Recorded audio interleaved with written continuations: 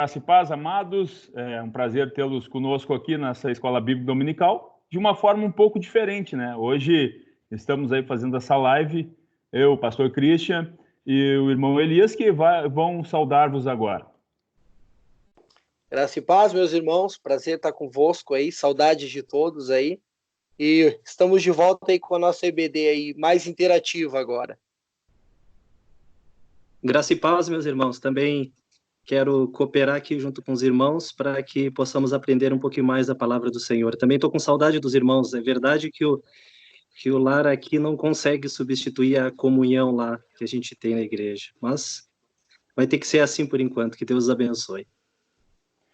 Amém. Irmãos, então o intuito de nós falarmos hoje é da primeira lição, né, do dia 5/4/2020, que Jesus tornou-se o nosso Salvador.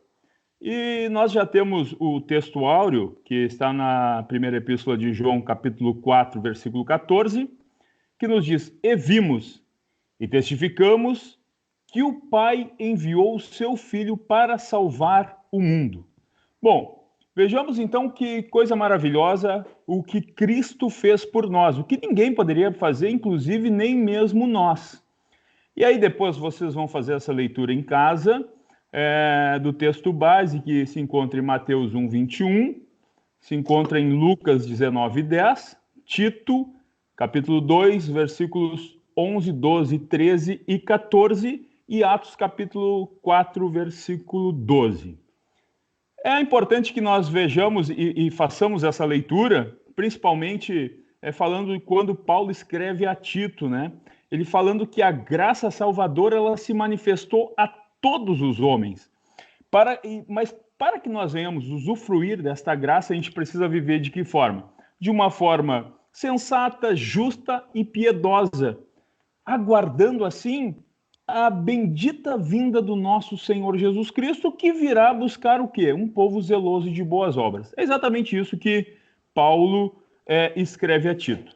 Bom, então o autor da revista, ele começa falando que vemos Deus criando o homem de forma perfeita, porque tudo que Deus faz é perfeito. Então nós vemos a criação de Deus como uma perfeição, pedindo ao homem o quê? Obediência. Deus deu uma liberdade tremenda e muito grande ao homem em todo o Jardim do Éden. E falou, olha, só pediu obediência em relação à árvore da vida, do conhecimento do bem e do mal. E o homem pecou contra o Senhor. E quando nós lemos o profeta Isaías, lá no capítulo 59, versículo 2, o profeta vai dizer que as nossas iniquidades quebram a comunhão que nós temos com o nosso Criador. E essa comunhão, ela foi quebrada. Bom, a partir do momento que essa comunhão foi quebrada, existe agora um problema, então. Qual o problema? O problema é o seguinte: Deus é santo demais. O homem é pecador demais. Então, como fazer essa reconciliação, né?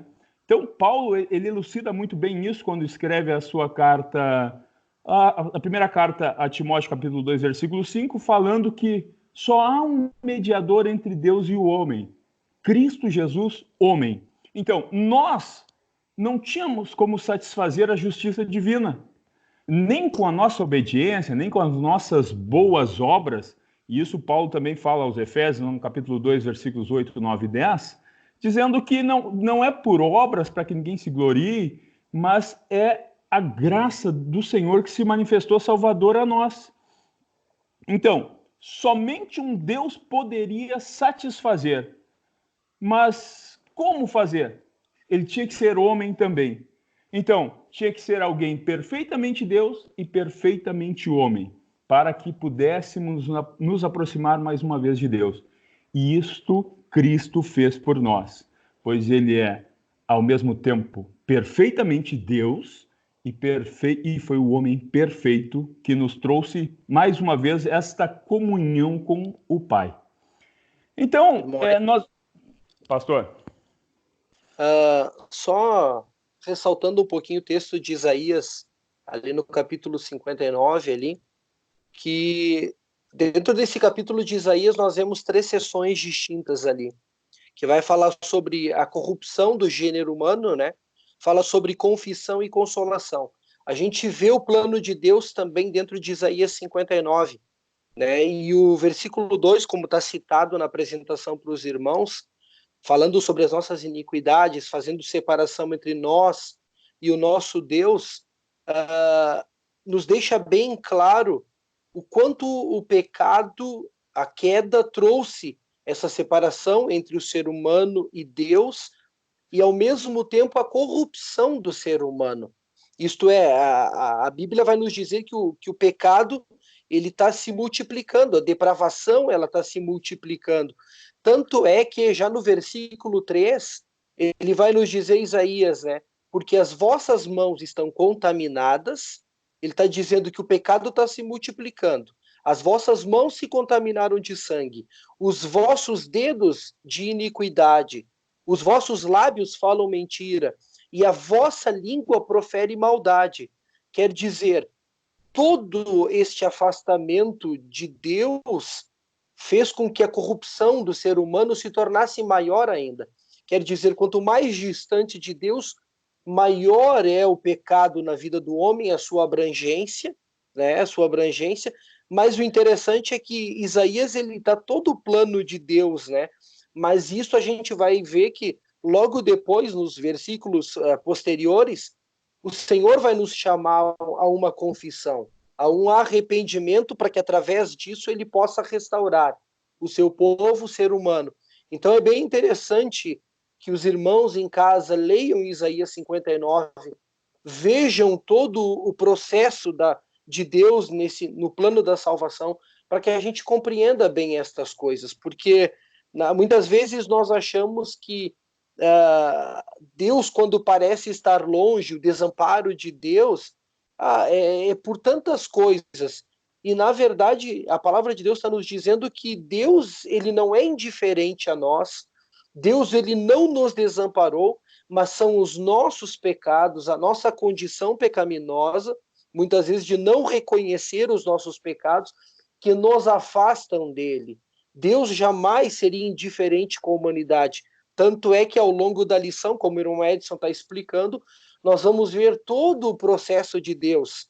Então Deus jamais será indiferente conosco, Deus jamais vai nos desamparar. Somos nós, pelos nossos pecados e iniquidades, que criamos uma barreira entre nós e o nosso Deus. Tanto que Isaías, no versículo 1, ele já vai derrubar essa ideia, que às vezes as pessoas têm esse hábito de dizer, Deus se afastou de mim, Deus me desamparou, Deus me abandonou. Isaías já derruba por terra no versículo 1. Eis que a mão do Senhor não está encolhida para que não possa salvar, e nem o seu ouvido agravado para que não possa ouvir. Mas ele está dizendo que todas as consequências, muitas vezes, né, de tudo que a gente está enfrentando, na maioria das vezes, somos nós que criamos. E Deus ele está disposto. Mas antes disso, a gente precisa entender que é necessário arrependimento, confissão do pecado, para que Deus possa nos restaurar. Irmão Edson, contigo. Perfeitamente, pastor. Então, nós vemos exatamente isso. E a gente pode notar que Deus ele poderia tranquilamente nos abandonar. A partir do momento em que o homem pecou, Deus poderia simplesmente nos abandonar. Mas ele traçou um plano perfeito, porque Deus sempre soube que o homem ia pecar. Então, o plano perfeito ele já começa lá quando Deus cita a primeira profecia, em Gênesis capítulo 3, versículo 15, falando que haveria uma redenção para o homem. Então, viria alguém que pudesse pagar a horrenda pena pelo que o pecado acarreta. É exatamente isso, alguém deveria pagar.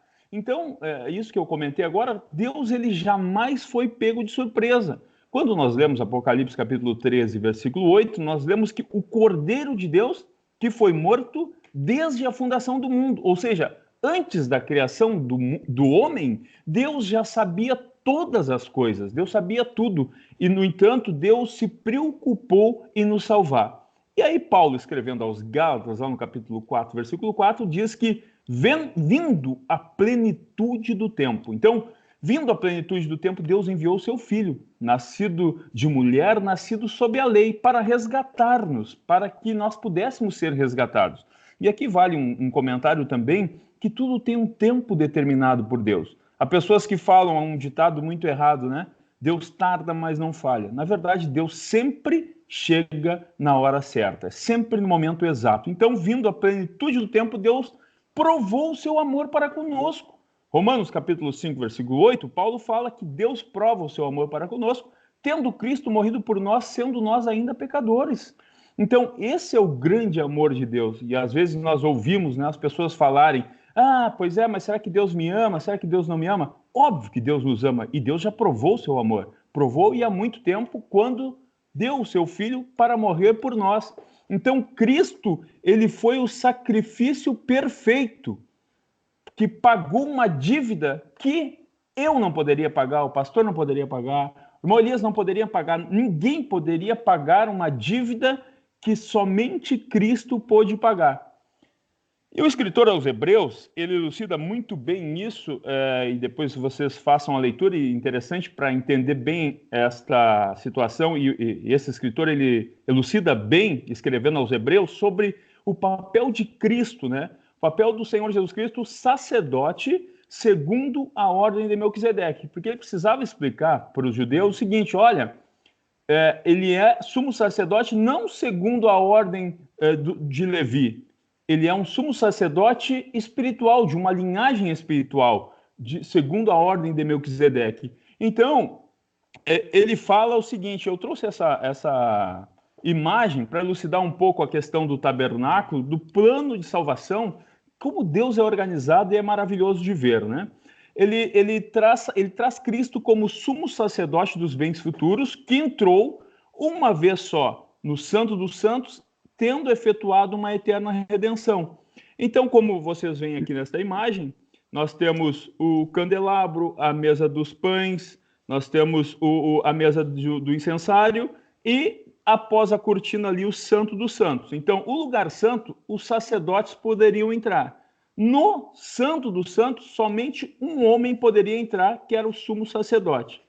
Então, nós podemos notar nessa outra imagem aqui, e é interessante ver as figuras de Cristo, né? A disposição dos móveis do tabernáculo já apontavam para o quê? Apontavam para a cruz de Cristo. Nós podemos ver que tudo foi desenhado nos mínimos detalhes, ou seja, o Senhor nunca foi pego de surpresa, mas sempre trouxe uma solução para aquilo que nós erramos. Então, sempre há uma solução, e nós vivemos em um tempo em que há solução para tudo. Então, o que cabe a nós, afinal de contas? O que nos cabe fazer, sabendo disso, conhecendo o plano perfeito do Senhor? Primeiro, aceitar o convite de Cristo. Vinde a mim os que estão cansados, sobrecarregados, eu vos aliviarei. Eu sou o caminho, a verdade e a vida. Aceitar esse convite de Cristo. Uma vez aceitado o convite de Cristo, nós agora somos justificados pela sua graça. É isso que Paulo escreve aos Romanos, que nós somos justificados pela graça do Senhor, um dom gratuito, e passamos a não ser mais escravos do pecado, porque o nosso Cordeiro Pascal, que veio para nos libertar do pecado, agora morreu em nosso lugar, a morte que era nossa, ele levou. Ele pagou o preço dos nossos pecados, então nós não devemos mais ser escravos do pecado. Mas a partir de então, nós recebemos uma graça abundante. E, por consequência, somos salvos da condenação eterna. Então vejam, coisa maravilhosa, quando Cristo Jesus, ele se importa conosco a ponto de morrer na cruz. E Paulo ainda ele vai mais além quando ele fala, olha, pode ser que para uma pessoa boa alguém se anime a morrer, mas Deus prova o seu amor para conosco quando Cristo morreu, sendo nós ainda pecadores. Irmão Edson? Sim. Até com relação ao tabernáculo que o irmão estava nos apresentando agora, uma coisa que realmente me toca muito o coração é um texto de Lucas, no capítulo 23 e 45, que diz que quando Cristo expirou e morreu, então o véu se partiu no meio, e aquela distância tremenda que nós tínhamos desse Deus Santo acabou sendo encurtada. Eu até uso um termo meio político e digo que Cristo popularizou o acesso ao Deus Santíssimo através do sacrifício. E esse sacrifício, a gente percebe que nem sempre ele é levado a sério ou é trazido à memória na intensidade em que ele foi quando Cristo foi sacrificado. Porque eu digo aos irmãos, eu não queria ser pecador na época do ritual do tabernáculo, porque se a gente for analisar, me fascina muito a história, Deus é perfeito, mas se a gente vai ver esse ritual, como ele era complexo e tinha pouco efeito perto de Cristo, a gente valorizava muito mais, porque a gente percebe ali que eram homens separados de tribo específica, eram animais específicos, eram homens específicos para apresentar esse ritual diante de Deus. Ia lá um sumo sacerdote, né, no que hoje é chamado de Yom Kippur, que era a data, então, da purificação, ou eu diria até que é o aniversário do pecado, por incrível que pareça, porque era a lembrança do pecado. Então, o sumo sacerdote ia com aquelas castanholas lá na canela e uma corda, porque para apresentar ou para pedir perdão em prol do povo, ele deveria ter uma vida regular com Deus. Se ele chegasse lá e não tivesse, ele já nem saía de lá, ia ter que ser puxado por essa cordinha, porque já não sairia de lá com vida. Apesar de eu não saber se na Bíblia houve relato de algum sumo sacerdote que tenha morrido, eu acho que não. Mas extremamente complexo. Tinha que matar um animal, tinha que pegar aquele sangue, salpicar no povo, salpicar no tabernáculo, extremamente complexo. E Cristo vai lá e substitui tudo isso e nos deixa um joelho de distância de Deus, ou seja, com acesso livre a um Deus todo-poderoso, que eu digo, me fascina pensar, mas eu não tenho como entender como Deus, onisciente, onipresente, onipotente, sabendo da tremenda corrupção e do lamaçal de pecado em que a humanidade ia se meter, ainda me cria a humanidade, me cria a terra para que o homem vivesse nela feliz. Eu prefiro inferir que Deus, na sua divina sabedoria e amor, ele foi lá, pegou a perfeição da criação, aquela visão de futuro que existiriam adoradores com um coração sincero, e subtraiu pela essa fatia enorme de pecadores e achou o resultado ainda viável e quis compartilhar conosco a sua eternidade. Porque eu não vejo uma outra explicação para um Deus que habita na glória e na majestade se incomodar com pessoas tão pecadoras como nós. E voltando ao início que eu dizia, então, eu acho que às vezes passa batido o tremendo sacrifício que Cristo fez para substituir todo esse ritual que, segundo narra o escritor aos Hebreus, no capítulo 10, não era eficiente para perdoar os pecados. Ele abafava, mas não nos desculpava com Deus. E aí Cristo vai lá e substitui toda essa demanda complexa e nos dá um acesso a Deus. E isso, às vezes, passa tão despercebido e as pessoas não valorizam. E eu acho que é isso que a gente tem que pesar e considerar o que Cristo fez por nós. Com o irmão de novo. Muito bem. Os sacrifícios transitórios, então, deixaram de existir. Irmão Elias abordou muito bem isso, porque realmente, sendo os sacrifícios transitórios, nós podemos notar que as coisas elas tomavam um caminho que nós não tínhamos como nos aproximar de Deus, e foi exatamente isso que Cristo fez. Ele descortinou e nos propiciou uma aproximação maravilhosa com o nosso Senhor. Então, isso é maravilhoso, irmãos. Vivemos um momento maravilhosíssimo e precisamos nos aproximar de Cristo. Irmão Edson, né, já lembrando, né, que toda essa simbologia, né, através do tabernáculo, a simbologia que nós vemos depois no templo, depois de Salomão, os detalhes como Deus preparou o caminho da salvação para a humanidade. Se a gente for lá atrás, né, lembrar de Abraão levando o filho, né, para sacrificar o Senhor, nós vamos ver assim, o maravilhoso plano de Deus, para nos salvar. E eu acho que essa lição de hoje que nós estamos estudando, ela é muito propícia, até porque na próxima semana nós estaremos comemorando a Páscoa. E acredito que pelas circunstâncias nós estaremos ainda distanciados, mas não distanciados do Senhor, porque o véu já se abriu. O caminho e o acesso a Cristo está aberto a todos nós.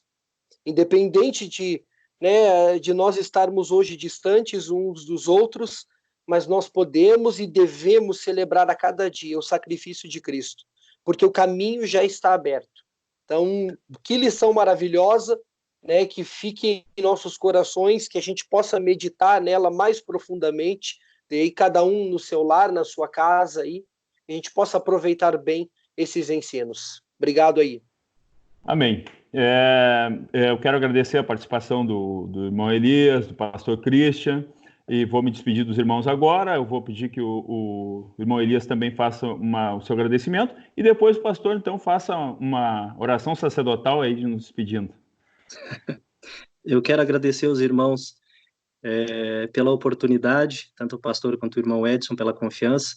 Desejo que Deus continue abençoando os irmãos e multiplicando em sabedoria, que eu, particularmente, sou muito enriquecido com os estudos que os irmãos têm ministrado e postado, e eu digo que são nutrientes indispensáveis para a nossa vida espiritual nesse momento em que não podemos estar reunidos lá na igreja. A gente sabe que o templo não é a estrutura de tijolo, aquilo é só para a reunião dos salvos, mas a gente sente saudade, porque somos seres humanos e amamos uns aos outros, os irmãos, e nos apegamos bastante, mas o nosso templo é esse interno aqui que Deus considera. Eu peço que Deus abençoe os irmãos e agradeço a oportunidade. Então, meus irmãos, que Deus abençoe a todos vocês, né, e que a graça de nosso Senhor Jesus Cristo, o amor de Deus e a comunhão do Espírito Santo esteja com todos vós. Que Deus vos abençoe. Amém.